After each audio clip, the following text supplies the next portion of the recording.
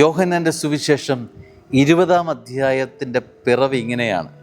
ആഴ്ചയുടെ 1-ാം ദിവസം അതിരാവിലെ ഇരുട്ടായിരിക്കുമ്പോൾ മഗ്ദലന മറിയം ശവകുടീരത്തിൻ്റെ സമീപത്ത് വന്നു. ശവകുടീരത്തിൻ്റെ കല്ല് മാറ്റപ്പെട്ടിരിക്കുന്നതായി അവൾ കണ്ടു. ഒരു സ്ത്രീ അതിരാവിലെ, ആരുമില്ലാത്തൊരു സമയത്ത്, എല്ലാവർക്കും മുൻപേ അതിരാവിലെ ഇരുട്ടിൻ്റെ അനുഭവങ്ങളൊക്കെ മാറി വരുന്നതേ ഉള്ളൂ, മറ്റാരെയും നോക്കാതെ അവൾ ക്രിസ്തുവിനെ കാണാനായി എത്തുകയാണ്. ഇത് നൽകുന്ന സൂചന എന്താണെന്നറിയാമോ? ശൂന്യമായ ഒരു കല്ലറ അനുഭവത്തിൻ്റെ വചനഭാഗമാണ് ചേർത്ത് കാണുന്നത്. ഉത്ഥാന അനുഭവത്തിലേക്ക് അവൾ നടന്നു കയറുന്നതാണ് നമ്മൾ കാണുന്നത്. അവളെ ഭയപ്പെടുത്തുന്ന പല വിഷയങ്ങൾ ചുറ്റും നിൽപ്പുണ്ട്.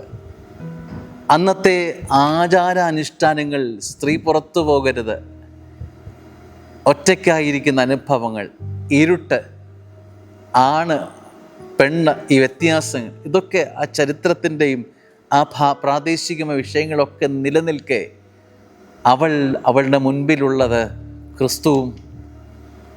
ക്രിസ്തു ജീവിതം മാത്രമാണ്.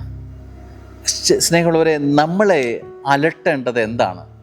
ക്രിസ്തു എന്നിൽ നിന്ന് അകലേക്ക് പോകുന്നു എന്നുള്ളതായിരുന്നു മഗ്ദലന മറിയത്തിൻ്റെ തേങ്ങൽ. ജീവിതത്തിലേക്ക് ജീവിത അനുഭവങ്ങളിലേക്ക് കൂട്ടിക്കൊണ്ടുവന്നതാണ് ക്രിസ്തു. ജീവിതം താളം തെറ്റിയ ജീവിതങ്ങളൊക്കെ തിരിച്ചു എടുക്കാൻ മെനയപ്പെട്ട ഒരു കൃപയുടെ അനുഭവത്തിലേക്കൊക്കെ കൊണ്ടുവന്നതാണ് ഇവളുടെ ജീവിതം. അവൾ ആ ജീവിതം അയവിറക്കുകയാണ്. ക്രിസ്തു എൻ്റെ ജീവിതത്തിൽ നിന്ന് പോയാൽ ഞാൻ ഒറ്റപ്പെട്ടു പോകും. ക്രിസ്തു ഇല്ലാത്തൊരു ജീവിതം എനിക്ക് സങ്കല്പിക്കാൻ കഴിയില്ല.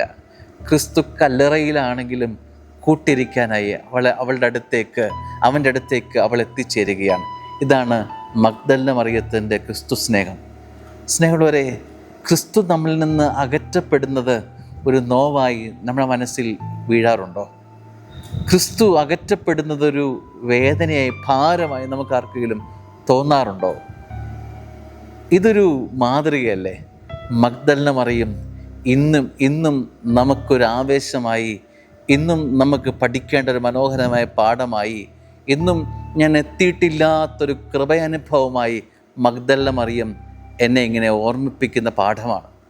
സ്നേഹമുള്ളവരെ, ക്രിസ്തു നമ്മുടെ ജീവിതത്തിൻ്റെ ഭാഗമായി എന്നും നിലനിൽക്കാൻ കൊതിക്കണം, ആഗ്രഹിക്കണം. നമ്മുടെ ഭാഗമാണ് ക്രിസ്തു. ആമേൻ.